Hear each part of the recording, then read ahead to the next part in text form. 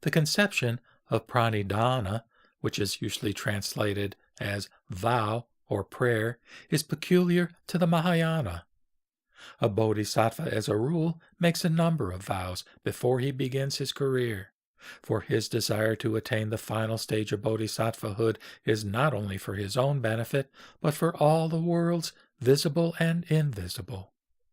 The 48 vows of Dharmakara are one of such examples, who became Amitabha Buddha, the world's savior, when his vows were all fulfilled. The Bodhisattva's universal vow, or prayer, or earnest desire, is, therefore, that all his fellow beings, inclusive of non-sentient beings, sooner or later attain to the supreme enlightenment of the Buddha. To accomplish this end, he begins with the preparation of the ground, which consists in, quote, maturing the minds and hearts of all sentient beings, supported by the adhisthana of all the Buddhas. He who is literally the embodiment of the vow to benefit others is thus ever bent on awakening them in enlightenment. Hence, in the Prajnaparamita and other sutras, the awakening of the thought of enlightenment, or bodhicitta, is constantly spoken of as the first step toward gaining access to this truth of Tathagatahood. But the Lankavatara does not tell us so much about this awakening. In fact, I think there is no reference to this idea in the sutra. When the Anuttara Samyak Sambodhi is mentioned, it refers to its attainment, and not to the awakening of thought toward it.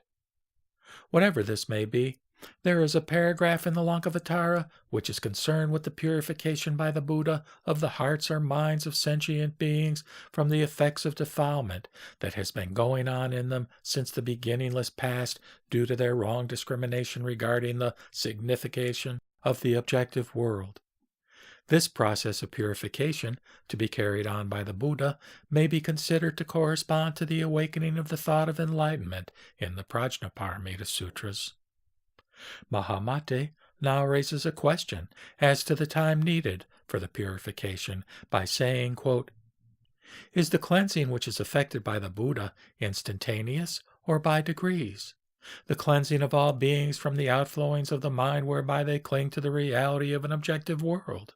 Close quote.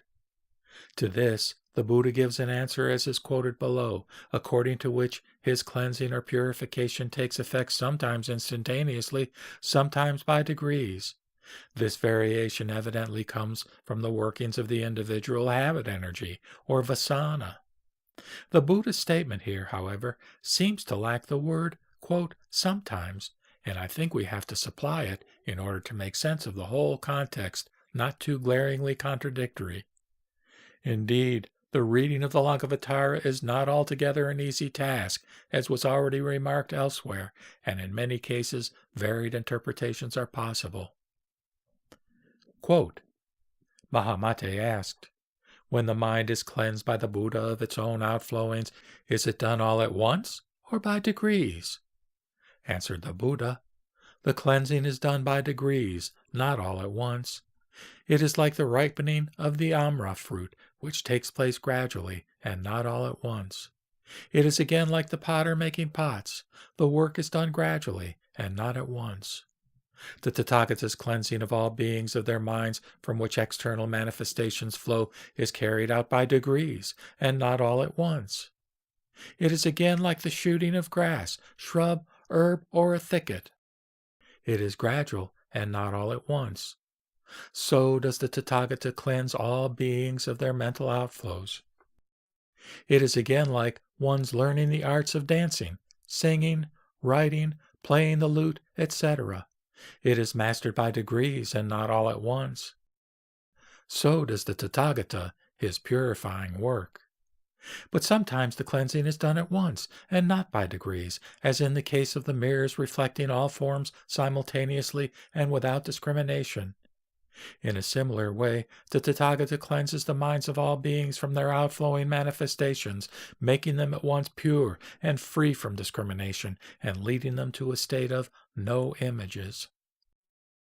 Again, As the sun or moon illumines all forms and appearances at once with its beams of light, so does the Tathagata reveal at once the spiritual state of Buddhahood, which is the object of intuitive knowledge, by freeing all beings of their self-imagined manifestations, errors, and habit energy, or vasana.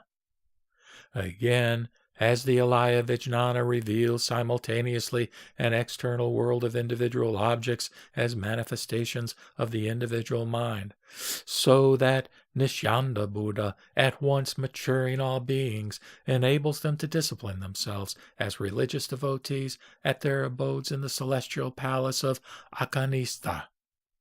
Again, as the Dharmata Buddha shines instantly with the light of the Nishyanda Buddha and the Nirmana Buddha, so does the inner realization of the ultimate truth shine forth all at once, superseding the wrong views based upon ideas of being and not being.